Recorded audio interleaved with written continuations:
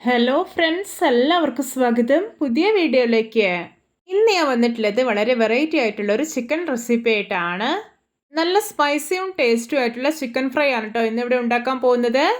എന്നും പറയുന്ന പോലെ വീഡിയോ കണ്ടിട്ട് ഇഷ്ടപ്പെടുവാണെങ്കിൽ ലൈക്ക് ചെയ്യുക, ഷെയർ ചെയ്യുക, കമൻറ്റ് ചെയ്യുക, ചാനൽ സബ്സ്ക്രൈബ് ചെയ്യാനും മറക്കരുതേ. പിന്നെ ഫേസ്ബുക്കിലൂടെയാണ് വീഡിയോ കാണുന്നതെങ്കിൽ പേജ് ഫോളോ കൂടി ചെയ്യണേ. അപ്പോൾ നമുക്ക് നേരെ വീഡിയോയിലോട്ട് പോവാം. ഇത് ഒരു 15 വറ്റൽമുളക് ഒരു ബൗളിലേക്ക് ഇട്ട് കൊടുത്തിട്ടുണ്ട്. ഇതിലോട്ട് കുറച്ച് ചൂടുവെള്ളം ഒഴിച്ചു കൊടുക്കാം. എന്നിട്ട് ഇതൊരു ഹാഫ് അവർ സോക്ക് ചെയ്യാൻ വേണ്ടിയിട്ട് മാറ്റി വെക്കാം.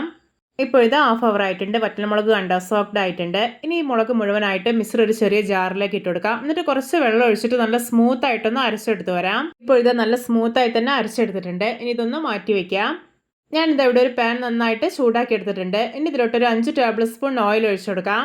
ഇപ്പോൾ ഇതാ ഓയിൽ ചൂടായി വന്നിട്ടുണ്ട്. ഇനി ഇതിലോട്ട് ക്ലീൻ ചെയ്ത് വെച്ചിരിക്കുന്ന ഒരു 300 ഗ്രാം ചിക്കൻ ഇട്ട് കൊടുക്കാം. ഇനി ഇതിലോട്ട് ആവശ്യത്തിന് ഉപ്പും ഒരു 1/2 ടീസ്പൂൺ മഞ്ഞൾപ്പൊടി കൂടി ഇട്ട് കൊടുക്കാം. എന്നിട്ട് നല്ലപോലെ ഒന്ന് മിക്സാക്കി എടുക്കാം.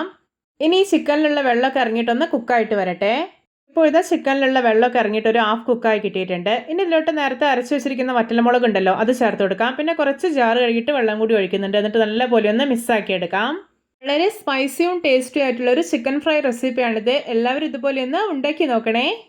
ഇനി ഇതിലോട്ട് ഒരു വലിയ ഉള്ളി അരിഞ്ഞത്, ഒരു തക്കാളി അരിഞ്ഞത്, 2 ടേബിൾ സ്പൂൺ ഇഞ്ചി വെളുത്തുള്ളി ചതച്ച് ഇട്ട് കൊടുക്കാം. എന്നിട്ട് വീണ്ടും നല്ലപോലെ ഒന്ന് ഇളക്കി യോജിപ്പിച്ചെടുക്കാം. ഇനി ഇതെല്ലാം നന്നായിട്ടൊന്ന് കുക്കായിട്ട് വരട്ടെ. അതിനായിട്ടൊന്ന് അടച്ചു വെക്കുകയാണ്. ഗ്രേവി ഒന്നും അധികം ഇല്ലാത്ത നല്ല ഡ്രൈ ആയിട്ടുള്ളൊരു ചിക്കൻ ഫ്രൈ ആണിത്. അതുകൊണ്ട് ഇതിലോട്ട് കൂടുതലായിട്ട് വെള്ളമൊന്നും ഒഴിക്കുന്നില്ല. ചിക്കനൊക്കെ എന്തായെന്ന് തുറന്നു നോക്കുകയാണ്. കണ്ടോ നല്ല പോലെ ഡ്രൈ ആയിട്ട് വന്നിട്ടുണ്ട്. ഇനി ഇതിലോട്ടൊരു 1 ടീസ്പൂൺ കടായി മസാല ചേർത്ത് കൊടുക്കാം. ഇനി ഒരു 1/4 ടീസ്പൂൺ ഗരം മസാല കൂടെ ഇട്ട് കൊടുക്കുന്നുണ്ട്.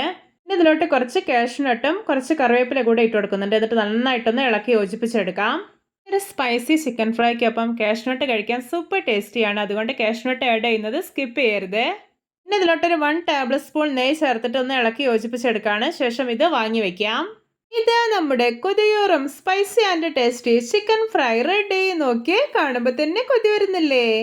ചോറ്, ഗീ റൈസ്, ബിരിയാണി, ചപ്പാത്തി, പൊറോട്ട, വെള്ളപ്പം എന്തിൻ്റെ കൂടെ വേണമെങ്കിലും കഴിക്കാൻ പറ്റുന്ന സൂപ്പർ ടേസ്റ്റി ആയിട്ടുള്ള ഒരു ചിക്കൻ ഫ്രൈ ആണിത്. അപ്പോൾ എത്ര സിമ്പിളായിട്ടാണല്ലേ, വളരെ കുറഞ്ഞ ഇൻഗ്രീഡിയൻസ് മാത്രം ഉപയോഗിച്ചിട്ട് നമ്മൾ ഈ ഒരു ടേസ്റ്റി ആയിട്ടുള്ള ഈ ഒരു സ്പൈസി ചിക്കൻ ഫ്രൈ ഉണ്ടാക്കിയെടുത്തിട്ടുള്ളത്.